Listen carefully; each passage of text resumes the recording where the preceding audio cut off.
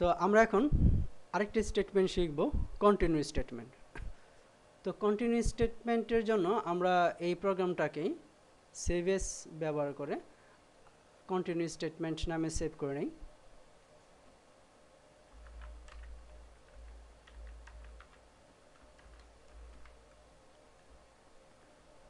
Statement ওকে, তো আমার ফাইলের নাম হচ্ছে এখন কন্টিনিউ স্টেটমেন্ট। তো ক্লাসের নামটা আমরা চেঞ্জ করি কন্টিনিউ স্টেটমেন্ট। এটা জাস্ট বোঝার সুবিধার্থে আমি ক্লাসের নামটা আমার স্টেটমেন্টের নামের সাথে মিলাই দিচ্ছি। তো এখানে অন্য কোনো নাম হলে কোনো প্রবলেম নেই। তো পাবলিক অ্যাক্সেস স্পেসিফায়ার ব্যবহার করে এখানে ইভেন্ট জেনারেশন নামে ফাংশন তৈরি করা আছে, যেটা আমি ব্রেক স্টেটমেন্টের প্রোগ্রামে বলছি। তো এখানে ইভেন্ট জেনারেশন এই ফাংশনের ক্লাসটাই কপি করে আনি, void class name double scope resolution operator, এই ইভেন্ট জেনারেশন নামে যে ফাংশনটাকে আমরা কন্টিনিউ স্টেটমেন্ট ক্লাসের বডিতে ডিক্লেয়ার করেছিলাম সেই ক্লাসের নাম, এবং তার বডি স্টার্ট করলাম এখানে এবং বডিটা শেষ করলাম এখানে, এবং এখানে ইন্টিজার টাইপ নাম্বার একটা ভেরিয়েবল ডিক্লেয়ার করলাম যার মান স্পেসিফাই করতেছি আমরা 0 দ্বারা। হোয়াইলের মান যতক্ষণ পর্যন্ত নাম এই হোয়াইল লুপের কাজ হবে, নাম ভেরিয়েবলের মান যতক্ষণ পর্যন্ত 100 এর ছোট আছে ততক্ষণ পর্যন্ত হোয়াইলের এই বডিটুকু এক্সিকিউট হবে। ঠিক আছে, এই বডিটুকু এক্সিকিউট হবে। এক্সিকিউট হয়ে কী করবে, নাম ভেরিয়েবলের মান 2 করে বাড়াবে, নাম ভেরিয়েবলের সাথে 2 যোগ হবে, 2 যোগ হয়ে আবার নাম স্টোর করবে, তারপর নাম ভেরিয়েবলের মানকে স্ক্রিনে ডিসপ্লে করবে। এখন এখানে আমি একটা স্টেটমেন্ট ইউজ করতেছি, ইফ নাম ভেরিয়েবলের মান যখন ইকুয়াল 60 হবে তখন এখানে একটা মেসেজ দেবে, your program flow has been continued.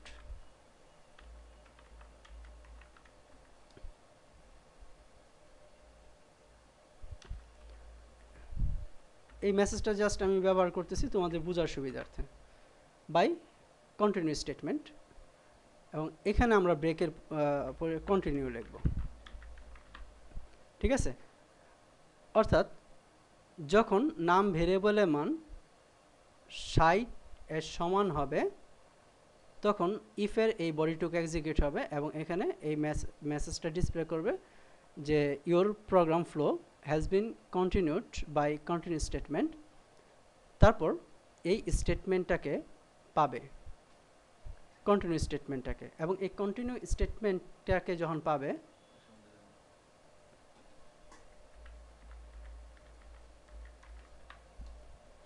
continue statement causes the program flow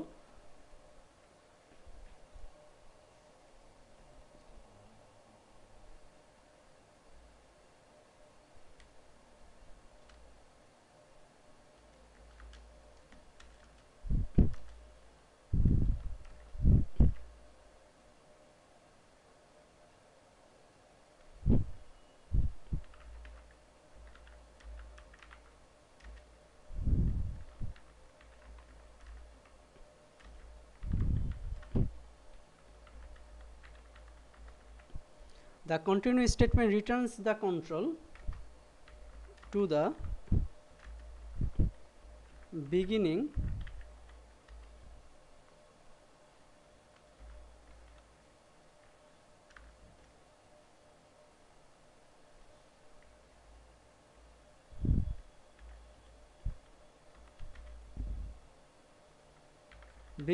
of the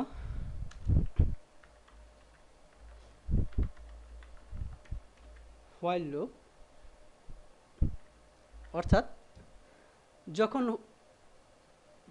আমরা কন্টিনিউ স্টেটমেন্ট ইউজ করব তখন হোয়াইল লুপের ওই এক্সিকিউশনটা, যেমন এটা এখান থেকে আমরা কাট করে এখানে রাখি, যে নাম ভেরিয়েবলের মান এখানে 2 করে বাড়াচ্ছে এবং নাম ভেরিয়েবলের মানটাকে ডিসপ্লে করতেছে। তো এখানে আমরা দিচ্ছি নাম ভেরিয়েবলের মান যখনই 60 এর সমান হবে তখন এই মেসেজটা ডিসপ্লে করবে এবং কন্টিনিউ স্টেটমেন্টকে ফেস করবে। যখনই কন্টিনিউ স্টেটমেন্ট পাবে তখন সে কী করবে, ঠিক এখানে না রেখে কন্টিনিউ স্টেটমেন্টটাকে যখন পাবে তখন সে এই কন্টিনিউ স্টেটমেন্টের পরে যে কোডগুলো আছে সেইগুলোকে আর এক্সিকিউট করবে না, সে প্রোগ্রাম ফ্লোটা আবার প্রথম থেকে শুরু করবে। ঠিক আছে, মানে কন্টিনিউ স্টেটমেন্ট যখন পাবে তখন কন্টিনিউ স্টেটমেন্টের পরের যে কোডগুলো আছে কোনো কোড আর এক্সিকিউট হবে না, প্রোগ্রামটা আবার প্রথম থেকে শুরু হবে। ঠিক আছে,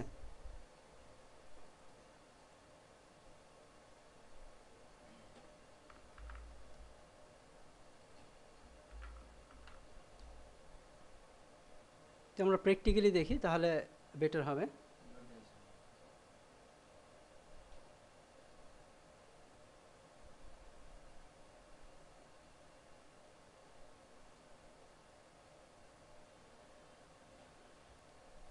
প্রথমে আমরা এখানে IOStream হেডার ফাইলকে ইনক্লুড করে নিলাম হ্যাশ ইনক্লুড এই কমান্ড ব্যবহার করে।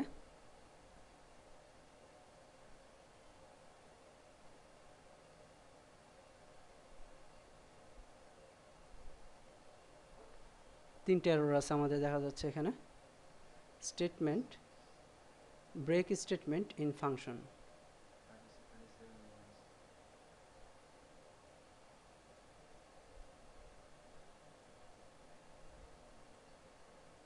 $36 নাম্বার লাইনে না,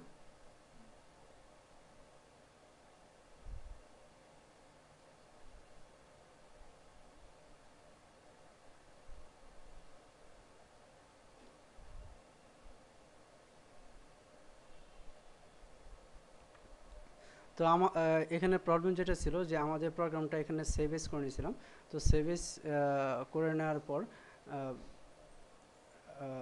তার জন্য এরর মেসেজ শো করতেছিল, ফাইলটাকে ঠিকভাবে সে আইডেন্টিফাই করতে পারতেছিল না। তার জন্য আমি প্রোগ্রামটাকে ক্লোজ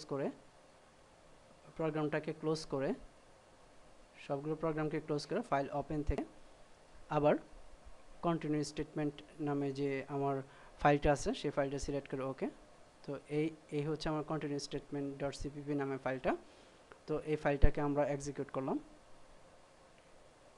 তো এখন যদি আমরা প্রজেক্টে যে কম্পাইলে ক্লিক করি তাহলে 0 এরর্স, ডিবাগে গিয়ে রানে ক্লিক করতেছি,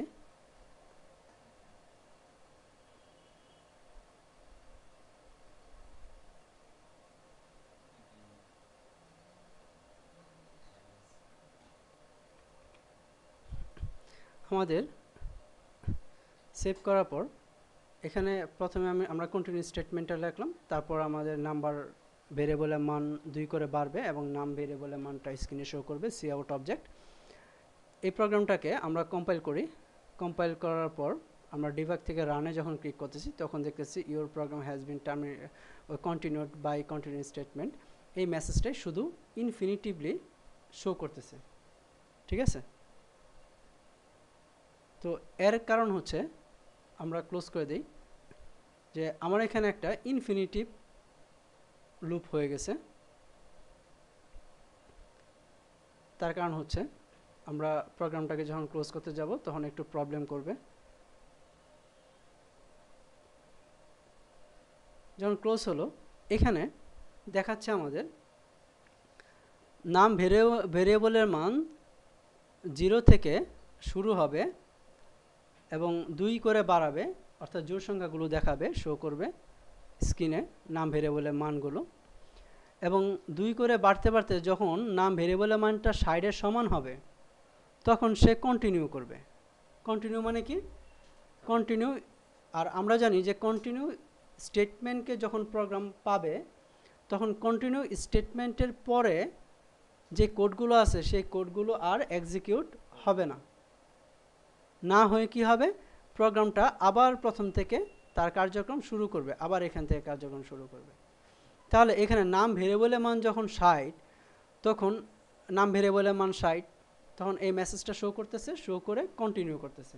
তার মানে কি পরের স্টেটমেন্টটাকে আর এক্সিকিউট করতেছে না, আর যখন এক্সিকিউট করতেছে না তখন নাম ভেরিয়েবলের মান কি 60 থেকে 2 যোগ হয়ে কি আর 62 হচ্ছে, 62 হচ্ছে, সে 60ই থেকে যাচ্ছে, তার নাম ভেরিয়েবল মান পরবর্তী সময় আবার 60, তা আবার কন্টিনিউ স্টেটমেন্টকে যখন পাচ্ছে তখন আর পরের কোডগুলো এক্সিকিউট করতেছে না, আবার সে যখন প্রথম থেকে এক্সিকিউশনটা শুরু করতেছে তখন আবার নামের মান 60, অর্থাৎ নাম ভেরিয়েবলের মান 60ই থাকতেছে।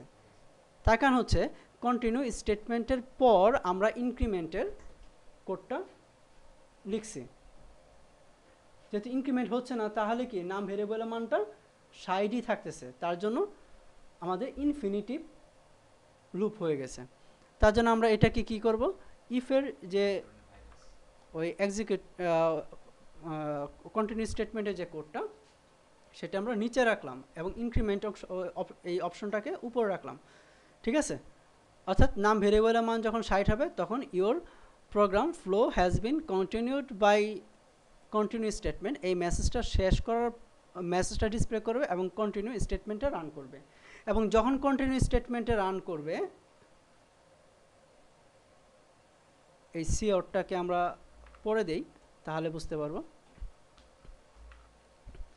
যখন কন্টিনিউ স্টেটমেন্টে রান করবে তখন কন্টিনিউ স্টেটমেন্টের পরে যে স্টেটমেন্টগুলো আছে কোনো স্টেটমেন্টকে আর এক্সিকিউট করবে না, না করে প্রোগ্রামকে আবার প্রথম থেকে রান করা শুরু করবে। তাহলে বিগিনিং অফ দ্য প্রোগ্রামে অর্থাৎ এই হোয়াইল লুপের প্রথমে নাম ভেরিয়েবল মান 2 আছে, তাহলে কি 60-এর সাথে 2 যোগ করে 62 করে ফেলবে, ঠিক আছে। তাহলে এখন আর এই কন্টিনিউ স্টেটমেন্ট পাবে না, বুঝতে পারছো। তার ফলে কি করবে, নাম ভেরিয়েবলের মান ডিসপ্লে করবে, অর্থাৎ যখন 60 পাবে তখন এটাকে কন্টিনিউ করে যাবে। তো আমরা সেভ করে আউটপুটটা দেখি তাহলে আরও ক্লিয়ারলি বুঝতে পারবো। কম্পাইল করি, রান করলাম, এখানে কি দেখাচ্ছে আমাদের 2 থেকে 58 পর্যন্ত ভ্যালুগুলো ডিসপ্লে করতেছে ক্রোনোলজিক্যালি, ঠিক আছে, ক্রমান্বয়ে। কিন্তু যখন 60 পাচ্ছে তখন কি মেসেজ ডিসপ্লে করতেছে your program flow has been continued by continue statement, এই মেসেজটা ডিসপ্লে করতেছে। মেসেজটা ডিসপ্লে করার পর কি কন্টিনিউ স্টেটমেন্টকে পাচ্ছে, ঠিক আছে, যখন নাম ভেরিয়েবলের মান 60, এবং কন্টিনিউ স্টেটমেন্টকে যখন পাচ্ছে তখন প্রোগ্রাম ফ্লো আর কন্টিনিউ স্টেটমেন্টের পরের কোডগুলোকে আর এক্সিকিউট করতেছে না, না করে প্রোগ্রাম ফ্লো আবার প্রথম থেকে শুরু হচ্ছে। তাহলে এখানে যখন নাম ভেরিয়েবলের মান 60, তখন যখন কন্টিনিউ স্টেটমেন্টটা ফেস করতেছে তখন আর পরের এই কোডটা এক্সিকিউট হচ্ছে না, যেই কোডে বলা আছে নাম ভেরিয়েবলের মান স্ক্রিনে শো করবে সি আউট অবজেক্ট, তাহলে এই লাইনটা তো আর এক্সিকিউট হচ্ছে না। তার ফলে নাম ভেরিয়েবলের মান যখন 60, সেই 60 ভ্যালুটাকে তো আর স্ক্রিনে ডিসপ্লে করতেছে না, ডিসপ্লে না করে কি হচ্ছে কন্টিনিউ স্টেটমেন্ট আবার প্রথম থেকে এই হোয়াইল লুপের বডির প্রথম থেকে ওই এক্সিকিউশন, হ্যাঁ, যখনই নাম ভেরিয়েবলের মান 60 হচ্ছে তখন কন্টিনিউ স্টেটমেন্টকে পাবে। কন্টিনিউ স্টেটমেন্ট কি করবে, কন্টিনিউ স্টেটমেন্টের পরের কোডগুলোকে আর এক্সিকিউট না করে সে সরাসরি হোয়াইল লুপের বডির ফার্স্ট স্টেটমেন্ট থেকে আবার এক্সিকিউশন প্রক্রিয়া শুরু করবে। তার ফলে সে তো আর 60কে এখানে স্ক্রিনে ডিসপ্লে করতেছে না, ঠিক আছে। পরবর্তীকালে কি নাম ভেরিয়েবলের মান 2 যোগ হয়ে 62 হয়ে যাচ্ছে এবং তারপর 62 থেকে আবার ডিসপ্লে হচ্ছে, যেটা আমরা এখানে দেখতে পারতেছি। ক্লিয়ার, 62 থেকে পরে আবার 100 পর্যন্ত ডিসপ্লে করতেছে। কিন্তু আমরা যদি ব্রেক স্টেটমেন্ট এখানে দিতাম তাহলে কি করতো, এই 60তেই টার্মিনেট করে দিত, ওই আমাদের প্রোগ্রামটাকে এখানে ক্লোজ করে দিত, এই হোয়াইল লুপের এক্সিকিউশন ওই প্রসেসকে এখানে ক্লোজ করে দিত কোন স্টেটমেন্ট, ব্রেক স্টেটমেন্ট যদি থাকতো। আর কন্টিনিউ স্টেটমেন্ট থাকার কারণে কি ওই পার্টিকুলার অংশটুকুকে সে স্কিপ করে প্রোগ্রামকে আবার প্রথম থেকে চালু করবে। এইভাবে আমরা কন্টিনিউ স্টেটমেন্টের কাজগুলো আমাদের প্রোগ্রামে বিভিন্নভাবে করব।